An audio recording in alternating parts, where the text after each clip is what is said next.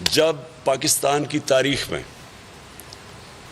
بڑی کم دفعہ 6% ہمارا جو جی ڈی پی گرو کیا، یعنی کہ ہماری جو سالانہ آمدنی، جو ملک کی آمدنی ہے، اس کے اندر جو اضافہ تھا وہ 6% تھا، جو کہ ہماری تاریخ میں بہت کم ہوا ہے. یعنی ملک آگے بڑھ رہا تھا، انڈسٹری آگے بڑھ رہی تھی. انڈسٹریل گروتھ ریٹ کئی کہتے ہیں کہ 60 کی دہائی کے بعد، 1960 کی دہائی کے بعد یہ سب سے بہتر انڈسٹری کے لیے وقت تھا وہ بڑھنے کا. آگے کسانوں کے لیے سب سے بہترین ٹائم تھا، کیونکہ پیسہ ان کو زیادہ ملا. ہم نے شوگر مافیا سے ان کو پیسہ دلوایا ٹائم پہ، ان کی فصلیں انہوں نے لگایا، ریکارڈ فصلیں ہوئی. 2 سال مسلسل ریکارڈ فصلیں ہوئی اور ریکارڈ پیسہ گیا کسانوں کے پاس. تو 60% پاکستان بھی خوشحال تھا، انڈسٹری بھی گرو کر رہی تھی. سارے بر صغیر میں پاکستان میں سب سے زیادہ روزگار تھا، سب سے کم بے روزگاری تھی مقابلے میں ہندوستان اور باقی جتنے بر صغیر کے ممالک تھے. اس کے علاوہ آئی ٹی ایکسپورٹس، ٹیکنالوجی کی طرف پہلی دفعہ 75% آئی ٹی کی ایکسپورٹس بڑھ رہی تھی.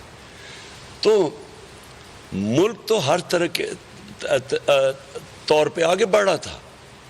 کرپشن کا کوئی کیس نہیں تھا، کوئی عمران خان باہر گھر نہیں لے رہا تھا، کوئی اس ملک سے پیسے منی لانڈرنگ نہیں کر رہا تھا، اس کی کوئی جائیدادیں نہیں بن رہی تھی، کوئی اس کے رشتہ دار سارے عہدوں پہ نہیں تھے. تو کیا وجہ تھی کہ اس ٹائم پہ جب ایک مشکل وقت سے نکل کے پاکستان یہاں پہنچا؟ یاد رکھیں بینکرپٹ تھا ملک جب ہمیں ملا 2018 میں. سب سے زیادہ پاکستان کا بیرونی خسارہ تھا، جس کو کرنٹ اکاؤنٹ ڈیفیسٹ کہتے ہیں، $20 ارب کا تھا تقریباً. $20 ارب کا خسارہ، ملک بینکرپٹ، پیسے ہمارے پاس تھے نہیں، اپنے باہر کی جو لائبلٹیز تھی ان کو دینے کے لیے ڈیفالٹ کے قریب تھے. وہ پاکستان بچ کے نکال رہے تھے تو اوپر سے کرونا آ گیا، جو صدی میں ایک دفعہ اتنا بڑا بحران آتا ہے. اس میں سے دنیا اکنالج کرتی ہے کہ جس طرح پاکستان اس بحران سے نکلا ہے، اور ساتھ والے ہندوستان کا موازنہ کر لیں، اس طرف ایران دیکھ لیں، دونوں ہمارے ہمسائے ہیں، ان کے مقابلے میں جس طرح پاکستان نکلا تھا، جس طرح ہم نے مینج کیا اس کو، دنیا مثال دیتی تھی ہماری. جدھر آپ بڑے بڑے ہمارے سے ملک جن کے ادارے ہمارے سے بہتر تھے، ان کے برے حالات، امریکہ کا کیا ہوا، یورپ میں کیا ہوا، اس کے مقابلے میں 22 کروڑ کا ملک، ہم نے اپنے لوگوں کو بھی کرونا سے بچایا، اپنی معیشت کو بچایا. اور وہ ریفلیکٹ کرتا ہے کہ تیسرے سال میں 5.6% گروتھ ریٹ ہوئی، اور چوتھے سال میں جو اب سامنے آ رہی ہے 6%، تقریباً 6% گروتھ ریٹ. اس کا مطلب ملک سسٹینیبل گروتھ پہ نکل گیا تھا، صحیح معنی میں آگے نکل گیا تھا. اس وقت اس حکومت کو سازش کے تحت ہٹایا گیا، اور اس کے بعد کیا ہوا ہے ملک کے ساتھ، ساری قوم کے سامنے بتایا گیا تھا. بڑے تجربہ کار یہ لوگ ہیں. اب پتہ چلا ہے کہ تجربہ صرف کرپشن میں اور کرپشن کے کیسز ختم کرنے میں اور انتقام لینے میں اپنے مخالفین سے. ان کا تجربہ اکانومی میں جو اب نظر آ گیا ہے، جس طرح روپیہ گر رہا ہے، جس طرح سٹاک مارکیٹ گر رہی ہے، جس طرح کی مہنگائی ہو رہی، جس طرح کا ابھی مہنگائی آنی ہے، کیونکہ اب جب یہ جو جس طرح روپیہ گرا ہے، اس کا سارا اب اثر پڑے گا تیل پہ، ڈیزل، پٹرول پہ، بجلی پہ، جو باہر سے چیزیں منگواتے ہیں، گھی کے اوپر، کھانے، دالیں، یہ ساری چیزوں کے اوپر اب مہنگائی کا پورا اثر آئے گا. اور اس کے بعد جو کانفیڈنس تھا، یعنی جو ایک دم انڈسٹری آگے بڑھ رہی تھی، جو کانفیڈنس تھا، اوورسیز پاکستان ریکارڈ ریمیٹنسز بھیج رہے تھے، ریکارڈ ایکسپورٹس تھی پاکستان کی، ریکارڈ ٹیکس کلیکشن تھی. پاکستان کی تاریخ میں کبھی اتنا ہم نے پیسہ اکٹھا نہیں کیا، جس کی وجہ سے ہم نے اب ڈیزل اور پٹرول کے اوپر ہم نے سبسڈی دی، یعنی عوام کے اوپر وہ بوجھ نہیں پڑنے دیا، کیونکہ ہمارا ٹیکس اتنا اکٹھا ہوا. اس سے موازنہ کرے اس حکومت کو. آج ان کے پاس نہ کوئی پلان ہے، نہ ان کے پاس آج کوئی روڈ میپ ہے. فیصلے یہ کر نہیں سکتے ہیں، فیصلے کرتے ہوئے ڈرتے ہیں. نیشنل سیکیورٹی کونسل کو کہہ رہے ہیں کہ آپ پٹرول کی قیمت اور ڈیزل کی قیمت بڑھانے کے لیے وہ فیصلہ کریں، یعنی کہ جو پاکستان کی فوج ہے اس کے اوپر سارا بوجھ پڑے، اپنے اوپر ڈالنا نہیں چاہتے. باہر سے بیٹھ کر ایک ان کا ایک مفرور سزا یافتہ وہ وہاں سے بیٹھ کے ایڈوائز کر رہا ہے. یہاں 60% کیبنٹ بیل کے اوپر ہے, ضمانت پہ ہے.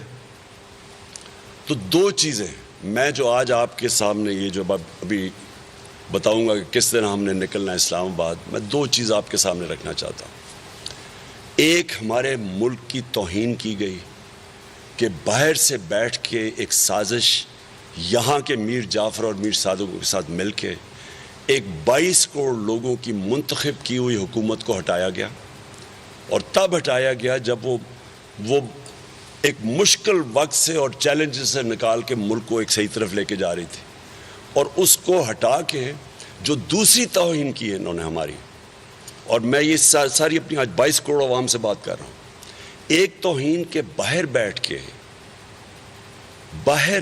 کے ایک انڈر سیکرٹری آف اسٹیٹ دھمکی دیتا ہے ہمارے ایمبیسڈر کو کہ اپنے پرائم منسٹر کو ہٹاؤ, جو کہ چیف ایگزیکٹو تھا. ملک کا چیف ایگزیکٹو کو ایمبیسڈر کو کہہ رہے ہیں کہ یہ پیغام دے رہے ہیں ہم اس کو ہٹاؤ, نہیں تو ہم تمہیں یہ کر دیں گے, اور اگر تم نے ہٹا دیا تو معاف کر دیں گے.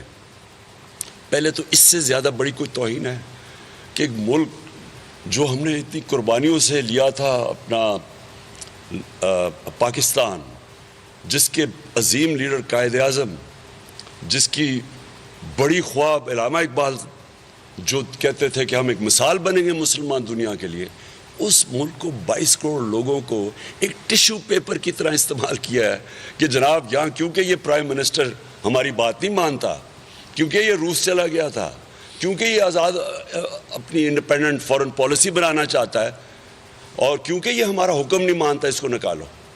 اور اس کو نکالا گیا. اور آپ کو میں یہ بھی بتا دوں کہ یہ کس چیز کے اوپر, وہ مراسلے کے اندر وہ جو وائپر میں کیا لکھا ہوا ہے, اسے کہتا ہے جی یہ روس کیوں چلا گیا. یہاں سے بتایا گیا, جنہوں نے بھی بتایا, جنہوں نے سازش کی, کہ جی وہ اپنے طور پہ گیا تھا روس. جبکہ شاہ محمود میرے ساتھ بیٹھے ہیں, فورن آفس, ان کا فورن آفس, ایکس فورن سیکرٹریز, سب سے ہم نے مشاورت کر کے فیصلہ کیا تھا. بالکل جو عسکری قیادت تھی اس سے مشاورت کر کے گیا تھا. سب کو ہم پوری کنسنسس ڈیولپ کر کے میں دورہ کرنے گیا تھا.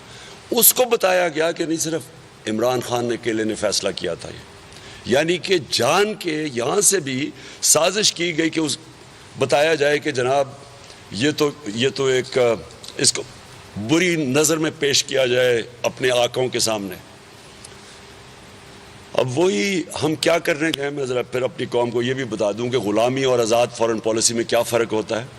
ہندوستان کل انہوں نے اناؤنس کیا کہ وہ اپنے ڈیزل اور پٹرول کی قیمتیں کم کر رہے ہیں, کیونکہ انہوں نے روس سے سستا پٹرول خریدا ہے, سستا تیل خریدا ہے.